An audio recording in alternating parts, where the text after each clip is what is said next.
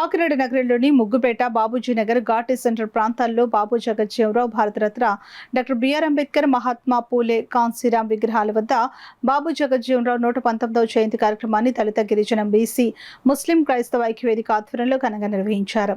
ఈ కార్యక్రమంలో ముగ్గుపేట, బాబూజీ నగర్ పెద్దలు, యూత్ కమిటీ సభ్యులు పాల్గొన్నారు. సందర్భంగా నేతలు మాట్లాడుతూ జగజ్జీవనరావు కేంద్ర ప్రభుత్వంలో పలు కీలక పదవులు నిర్వహించి దేశ రాజకీయాల్లో విశిష్ట స్థానాన్ని సంపాదించారని కొనియాడారు. ఆయన సేవలు దేశానికి మార్గదర్శకంగా నిలిచాయని పేర్కొన్నారు. ఇటీవల సుప్రీంకోర్టు ఇచ్చిన రిజర్వేషన్లపై తీర్పు నేపథ్యంలో కొందరు రాజకీయ వర్గాలు చేస్తున్న ప్రచారాన్ని విమర్శించారు. మత మార్పిడితో సామాజిక అసమానతలు పూర్తిగా తొలగిపోవని, సమాజంలో ఇంకా కుల వివక్ష కొనసాగుతోందని అభిప్రాయపడ్డారు. రిజర్వేషన్లు సాంఘిక న్యాయం కోసం ఏర్పాటయ్యాయని, వాటి ప్రాముఖ్యతను అర్థం చేసుకోవాలని సూచించారు. సమాజంలో సమానత్వం నెలకొల్పాలంటే మాటలకే పరిమితం కాకుండా ఆచరణలో చూపాలని, కుల వివక్షను నిర్మూలించేందుకు అన్ని వర్గాలు కలిసికట్టుగా కృషి చేయాలని పిలుపునిచ్చారు.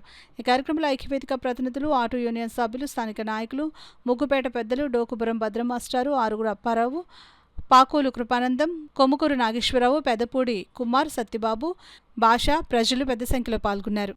భారత ఉప ప్రధాని బాబు జగజ్జీవనరామ్ గారి యొక్క 119వ జయంతి కార్యక్రమాన్ని ముగ్గుపేట పెద్దలు, కమిటీ సభ్యుల ఆధ్వర్యంలో నిర్వహించడం జరిగింది.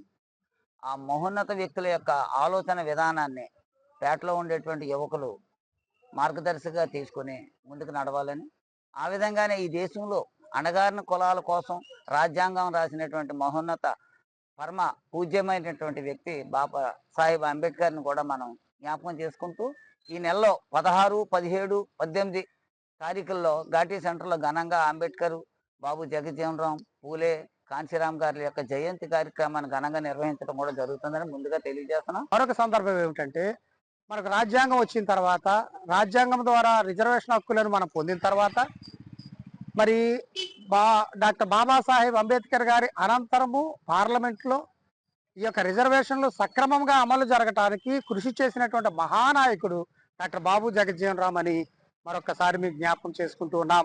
ఎంతటి మహోన్నతమైనటువంటి వ్యక్తులు డాక్టర్ బాబాసాహెబ్ అంబేద్కర్ గారు కానీ, బాబు జగజ్జీవనరామ్ గారు కానీ, వారి ఇరువురు కూడా భారతదేశానికి రెండు కన్నుల వలె ఈ దేశము ఉన్నతమైన స్థితిలో ఉండాలని ఆకాంక్షించినటువంటి మహానుభావులు.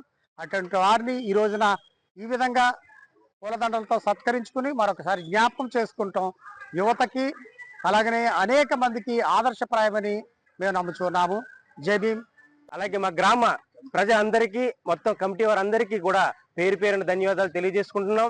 నిజంగా ఈ నెల ఎంత అద్భుతం అంటే, ఎన్నో అద్భుతాలు జరిగిన నెల ఈరోజు. ఆయన పుట్టినప్పటి నుంచి కూడా ఎన్నో ఇబ్బందులు పడుతూ ఒక మూలాన్న గ్రామంలో పుట్టి ఆయన ఒక మన బడుగు బలహీన వర్గాలు ఎంత ఇబ్బందులు పడుతున్నామో, లేకపోతే మనల్ని ఏ విధంగా హింసించేవారో ఆ కాలంలోనైనా రాజ్యాంగంగా ఒక మంత్రివర్యులుగా, అలాగే ఒక ఎన్నో ఉత్తమ పదవులు అనుభవించి మనందరినీ కూడా ఒక దారికి తీసుకొచ్చి మన బతుకులు ఇవి కాదు, మనమంటూ ఒక స్థాయిలో ఉండాలని చాటి చెప్పిన ఈ యొక్క మహనీయులందరికీ కూడా ధన్యవాదాలు తెలియజేసుకుంటూ, ఈ అవకాశం ఇచ్చిన పెద్దలకు, యువకులకు అందరికీ కూడా పేరు పేరున ధన్యవాదాలు తెలుసుకుని అందరికీ జై భీమ్ అండి. ఈరోజు ఏప్రిల్ 5వ తారీఖు మహోన్నతుడైన వ్యక్తి డాక్టర్ బాబు జగజ్జీవనరామ్ గారి 119వ జయంతి ముగ్గుపేట గ్రామంలో మేము పెద్దలు, కమిటీ, యూత్ సభ్యులందరూ కలిపి ఆయన జన్మదిన వేడుకలు మేము జరుపుకోవడం మాకు ఎంతో ఆనందంగా ఉంది.